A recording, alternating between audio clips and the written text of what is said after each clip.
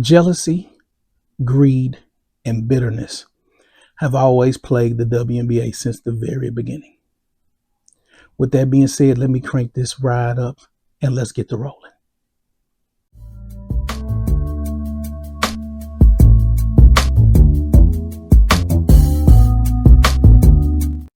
What it do, peeps? I'm the Beat Chef. This is the ride. Hit that like, that share, that subscribe button.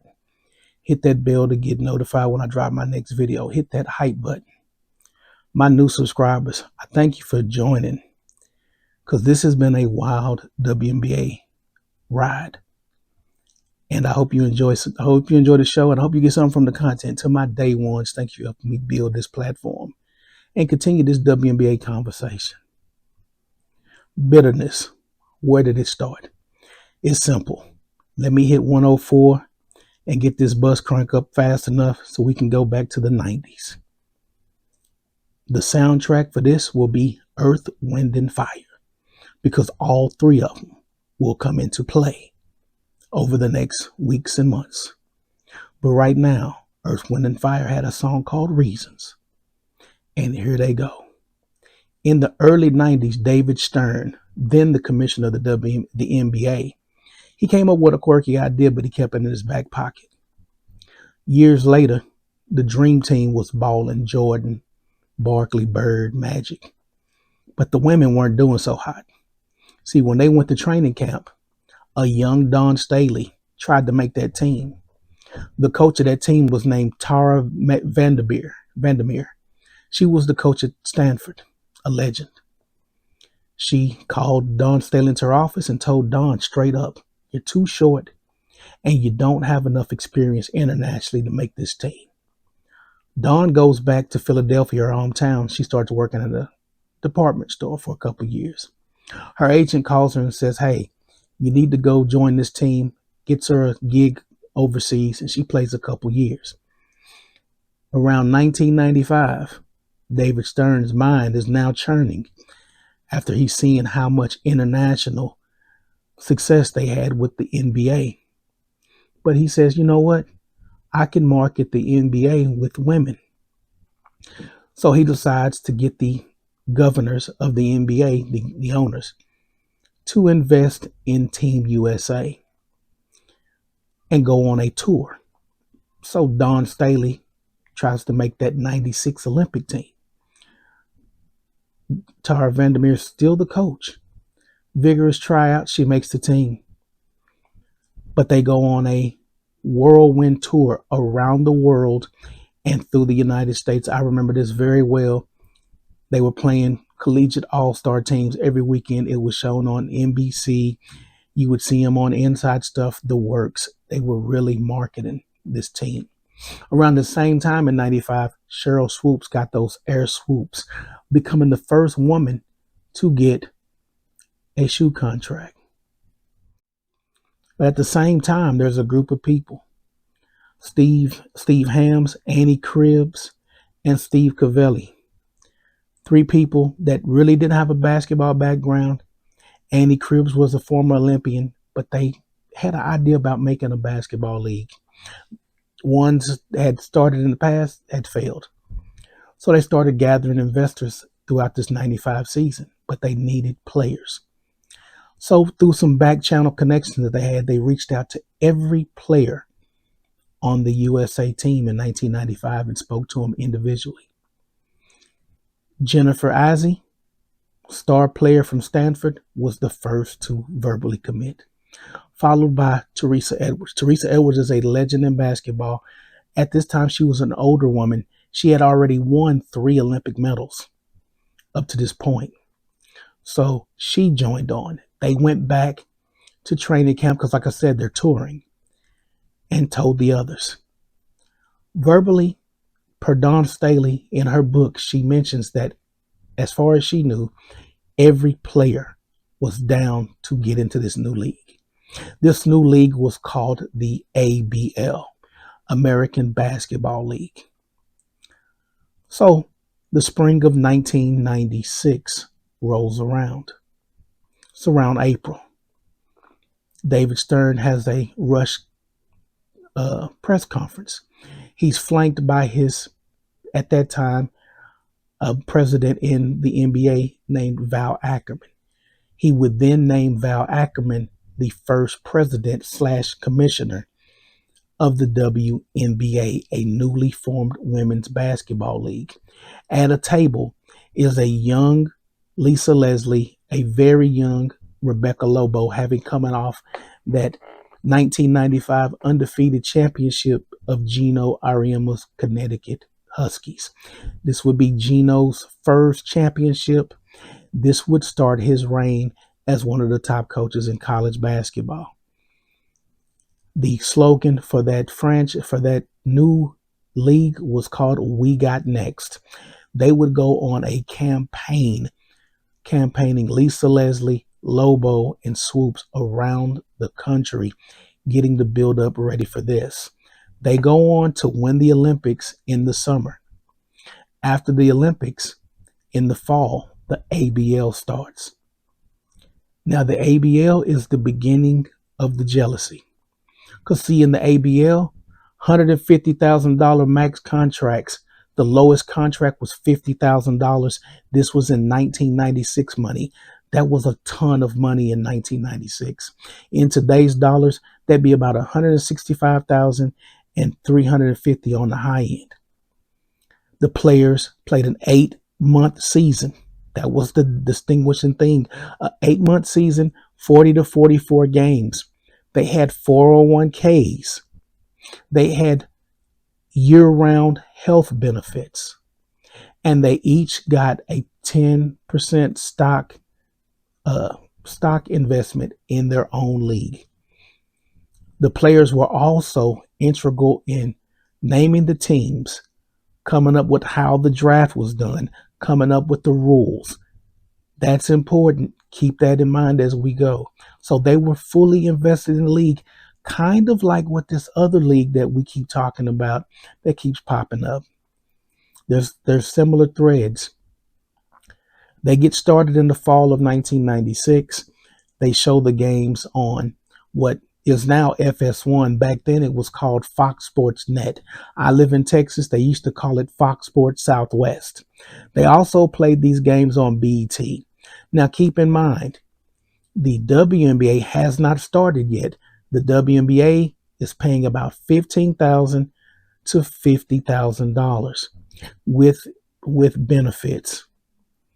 So they weren't paying as much as the other league. However, the ABL had all the talent. I remember watching these games as a teenager. Very exciting basketball because this was new to the United States for the most part. All the other leagues that predated this had folded. So you would see large media contingents. There would be people scalping tickets, packed houses. They had a Cinderella first season. The WNBA would start roughly a few months later in June of 1996 or 7, excuse me. They had a media campaign for it. Of course, they had the big networks, ESPN. They had games on the Lifetime channel. They had games on NBC. They had the jerseys. They had the cards. They came out with 17 cans. Each can had each team, and each can had 10 cards in the can. So in this can, there's 10 cards from the original WNBA season, the inaugural season, the first players to ever step court and have a WNBA patch on their jerseys. They had the marketing. They had the TV. The other league had the excitement and the fan connection. These people that ran this league made sure that the players interacted with the communities. Dawn Staley played for the Richmond team.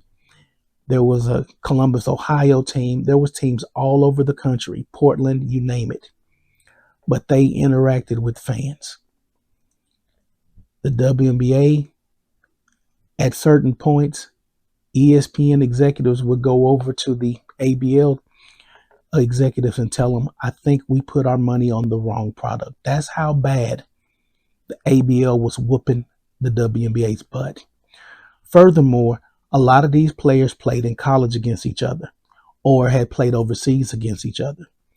During their second season, their one of their executives, Annie Cribbs, posted a suggestion to Val Ackerman to get them to do a all-star team versus all-star team, ABL versus WNBA. Val Ackerman declined it, saying it would be a publicity stunt. But what it was, they were wanting to get at Rebecca Lobo's butt because they didn't respect Rebecca Lobo's game and they wanted to wear her butt out. Like I said, they had the better talent. During their second season, there was a noticeable shift. They had a dunk contest. There was a young woman named Sylvia Crawls, great player. She did that blindfold dunk just like Dee Brown did in the early 90s dunk contest. She did the exact same dunk. It was shown on national TV.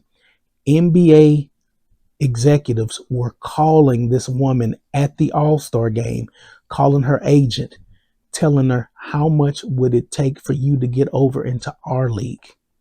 That's how bad this woman was. Her agent called the ABL executives and told them what the NBA was doing.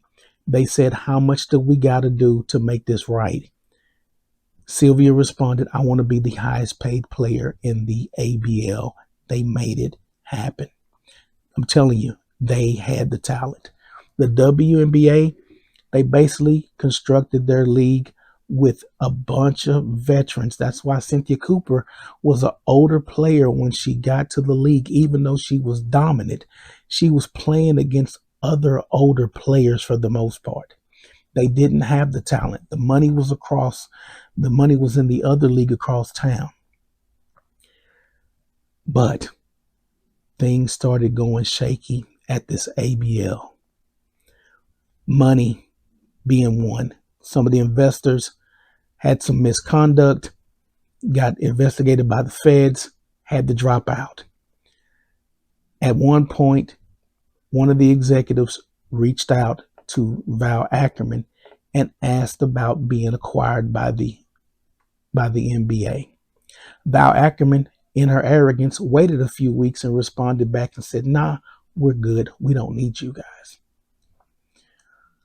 Around December of 1998, going into 1999, they had a star player who was a great player in college, Katie Starbird. She had hurt her knee.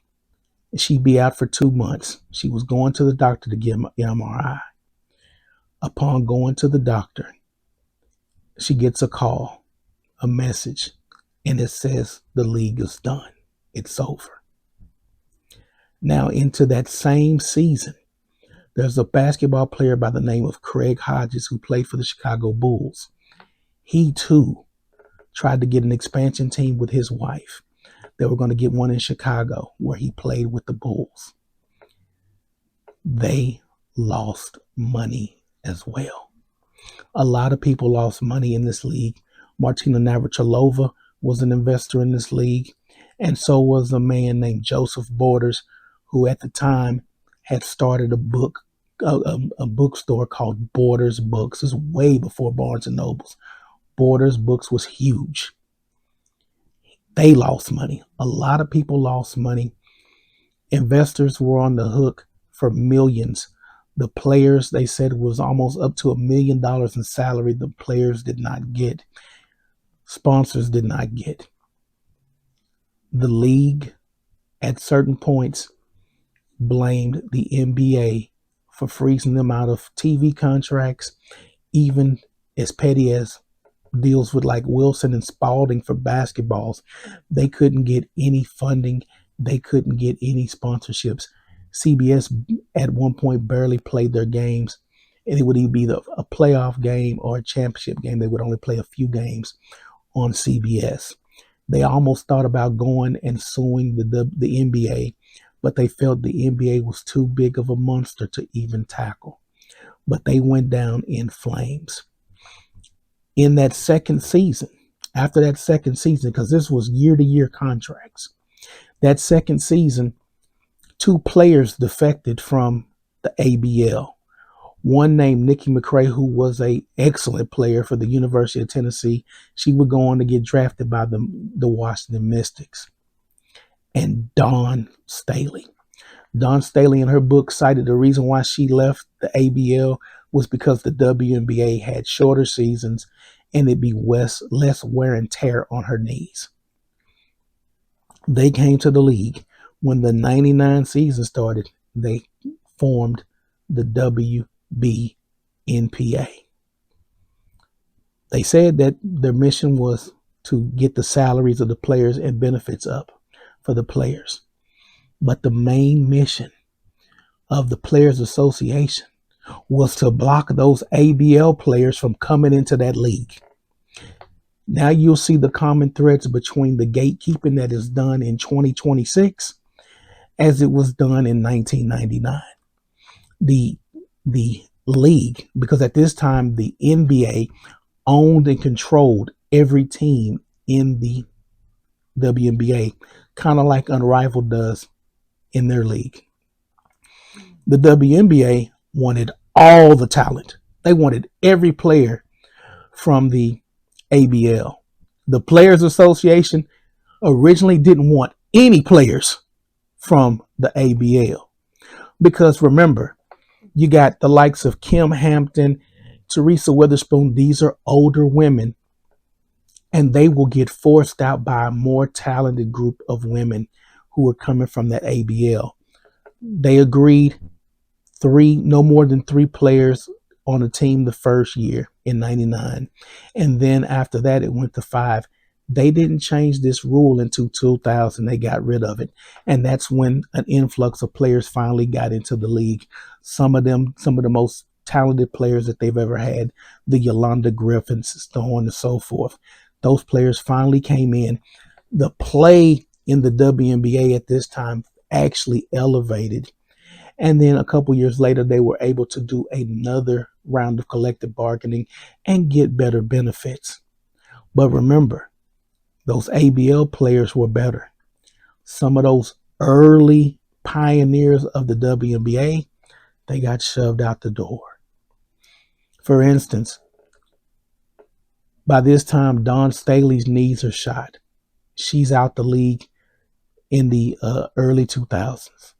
Rebecca Lobo played a long time with the New York Liberty, but she had 2 severe knee injuries. She was traded to the Houston Comets and then to the Connecticut Sun, and then was playing in a semi-pro league in Connecticut before she ultimately retired in the early 2000s. See, at a certain point, they didn't get to reach their potential. They didn't get to maximize their window of opportunity due to circumstances beyond their control. But they were the original pioneers.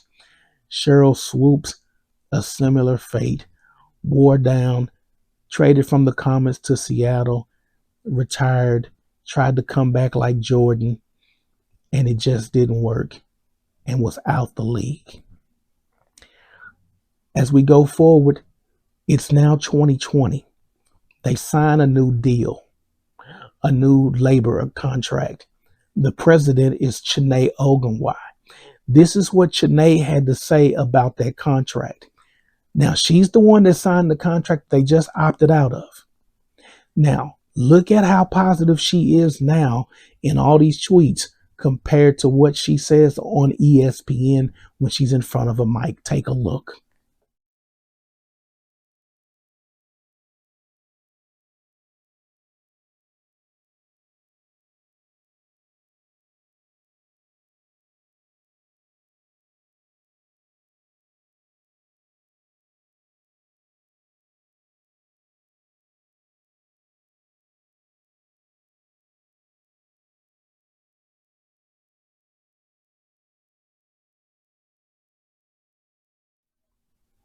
Totally different response from what she says now. Now we're more marginalized. We don't get the respect. We haven't got the pay. But in 2020, she was applauding the pay. She was applauding the 50-50 revenue share that they lie about, that they say they don't got now. She was applauding the health. She was applauding the mental health aspects that they got, that they say they need more of. Now they need $500 worth of out of pocket money to go to a doctor, out of network to go see a psychologist, when they already have it. They already won and bargained for it. This is where they won the housing. This is where they won the car rentals. All that was given to them then. They got a 30% bump in the salary cap, which extended veterans. And that was key. And she said that out of her own mouth. She said that these investments will probably raise the high end for the veterans, but it'll make modest gains for the rookies. That's out of her own mouth. Now, if you're a Caitlin Clark fan, this is your section. Excuse me. The reason why Caitlin Clark was not on that Olympic team is because Dawn Staley did Caitlin Clark the exact same way that Tara Vandermeer did her in 1992. And Dawn Staley is still holding a damn grudge about that same shit. That's the reason why. She told Caitlin Clark the exact same thing that Tara Vandermeer told her. She told Caitlin Clark, you're not physical enough to handle, you're not big enough to handle the physicality, and you don't have enough experience on the international level. History repeats itself. Furthermore, when Dawn Staley got to the WNBA, she played for a team called the Charlotte Sting. A couple years after Dawn Staley was there, a young assistant coach came to that team. Her name was Cheryl Reeves. If you look at who was on the committee in 2024 for the Olympics, at the top was the president, Jennifer Rosati, UConn. Who did she get replaced by this new one?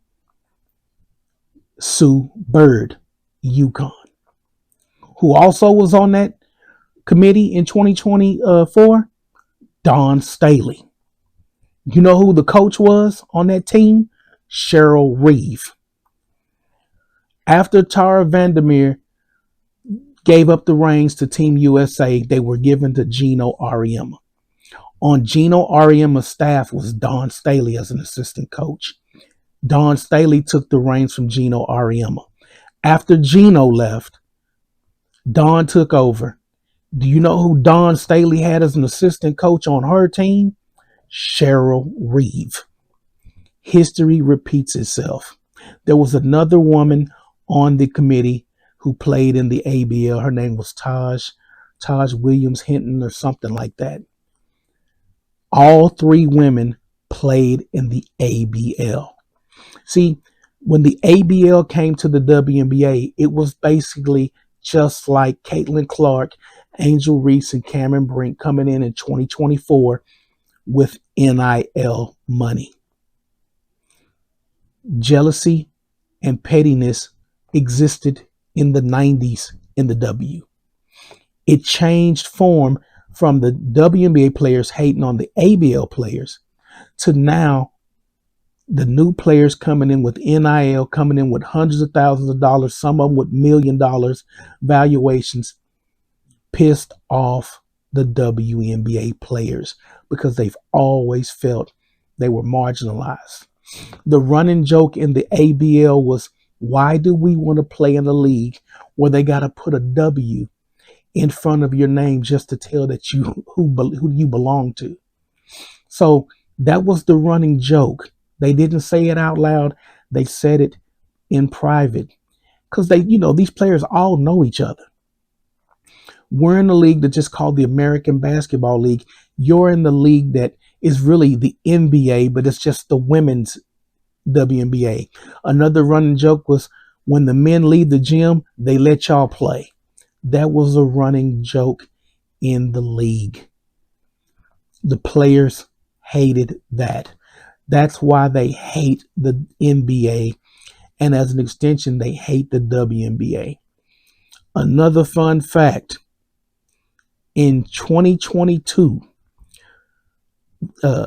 Kathy Engelbert, we all know the WNBA owns 42% of itself. The NBA owns 42%, and a private equity company came in and bought some of that stock. Now, it ain't so private. If you do some damn research, you can find out who it is. On this trip, we found out who it is. Very interesting. When she sold that stake, that 16% for $75 billion, she said she did it for growth and marketing. Well, one of the investors is Swin Cash, a former player, a great player in the league. Another one of the people in the investment was Michael Dell. If you don't know who Michael Dell is, just Google Dell Computers. He owns the company based out of Austin. He bought into the WNBA, that piece, because he's a minority owner in the San Antonio Spurs. Another group of people that interestingly joined this 16% were the NBA owners. So just imagine, if you're an NBA owner, you get a piece of that 16% when they divvy up money, and you get a piece of the 42% that you got just from being in the NBA. But if you're an NBA owner and a WNBA owner, you get the 3 scoops of ice cream. These are the reasons. Earth, Wind, and Fire told me. These are the reasons why we're here. So just imagine, you're an owner, you getting 3 scoops of ice cream every time this bad boy makes money, but they also take on that debt too. That's what we don't talk about. But the most intriguing party that owns a piece of that 16% is a little small company in Eugene, Oregon that makes shoes called Nike. And Nike is in that part. And so it reads right here. Right here it says Nike, which was already a WNBA partner, has made a significant equity investment in the league, Engelbert said. Women's sport is one of the best investments with great potential to impact and grow the next era of basketball, said Sonia Henning. Sonia Henning was a dangerous player in the WNBA. Make no mistake, that girl could hoop. But she's an executive at Nike. Nike Vice President of North America League Partnerships. Nike has always been more than a sponsor with the WNBA. We're a strategic partner. Remember that statement. Strategic partner. And we're proud to be part of a movement to redefine the future of sport for a new generation for WNBA players, fans, and girls. See, Caitlin Clark is a Nike employee. Caitlin Clark worked for Nike. Asia Wilson works for Nike. Who got shoes? Who got the commercials? Asia Wilson, Caitlin Clark. Neither one of their asses going anywhere. They ain't going to no league. You ain't got to worry about them in Project B. Unless Nike buys Project B, you won't see them ladies overseas. All that overseas talk, kill it. Nike owns the WNBA. Nike is a big investor in the WNBA. The WNBA is a Nike league. Also, in that ABL, when the ABL teams were coming out, the owner of the Golden State Warriors, who is also the owner of the Golden State Valkyries, was in that league as well. He lost money in the ABL. Do you think he finna negotiate with Unrivaled? He done seen that. He done seen that movie. He already took an L. They not finna buy nobody. So Nafisa Collier's husband, he can pray all he wants to that they're gonna buy him. If they wouldn't buy better talent in 1998, they damn sure ain't gonna buy the talent they already own in 2026. That ship done sailed. What they're gonna do, they're going to let Unrivaled wither away and die the same way they did the ABL. They watched the ABL fold and then collected all their assets. It's reported that they gave Nikki McCray 3 years, $200,000 to come to that league when she jumped ship. Now, keep that in mind. If you was a player making $30,000 and this young girl come in and she got $200,000 on a 3-year deal and you know it, now you see why the anger and the hostility towards outside players occurs. It started in the 90s with the ABL and the WNBA. And it's going to continue to happen each and every year. A new crop of young women come to this league and they are coming with NIL money. That's why I only did the juniors and the seniors from college, because they're the ones that are going to really shape this league going forward, along with Caitlin Clark and Asia Wilson. Now you might be wondering, well, what about Unrivaled? Well, Unrivaled is an Under Armour company. You know who's Under Armour greatest basketball player that they had on contract? It's a little dude, little skinny dude to shoot threes named Steph Curry. If you wonder why recently he decided to cut ties with Under Armour, look no further than two elements. One, they didn't secure Caitlin Clark. Two, they didn't secure Caitlin Clark and Unrivaled. Had they ponied up the money and got Caitlin Clark under contract in Under Armour, they then could have persuaded her to play in Unrivaled. That's why he's sitting there mad as hell wearing Caitlin Clark shoes. Now you're trying to kiss her butt and trying to be buddy. Because he know he losing money over here in Unrivaled. The other players, just like in the ABL story, they too are seeing the writing on the wall. Skylar Diggins-Smith ain't just sitting there going to Golden Globe red carpets, stunting and fronting when she's injured. She knows this shit is about to go down. Titanic Part 2. T.U.S.S.L.E saw the writing on the wall. See, when you in-house, you know everything that's going on. In the ABL story, they knew that when the plane ride started going from first class to coach, they saw it. When the plane rides started becoming bus rides, they knew something was up. When the hotel stays weren't so luxurious, when you went from the Hyatt Regency and now you at a Motel 6 and Tom Bodette's waiting to turn the light off for you, you're in trouble. And they saw it. You don't think these Unrivaled players see it? All the WNBA is doing is waiting for the lights to get cut off and the bargaining. Y'all gonna run to that table. Oh, them deals gonna look sweet. Them deals that they told y'all to stop sending, the little tender offers. Here's your tender offer. The ones that got them before that moratorium, they sitting there looking at that paper. Man, that 300,000 gonna look good in a couple months when the lint talking more than the dollars in your pocket. Trust and believe. But that's where the crux of all the infighting with this league came from, was the ABL. And it's been passed down generation by generation. Because remember, those ABL women are everywhere, coaching right now, in executive suites right now. And their impact on the WNBA will not be told, because the WNBA does never, ever want that type of smoke again.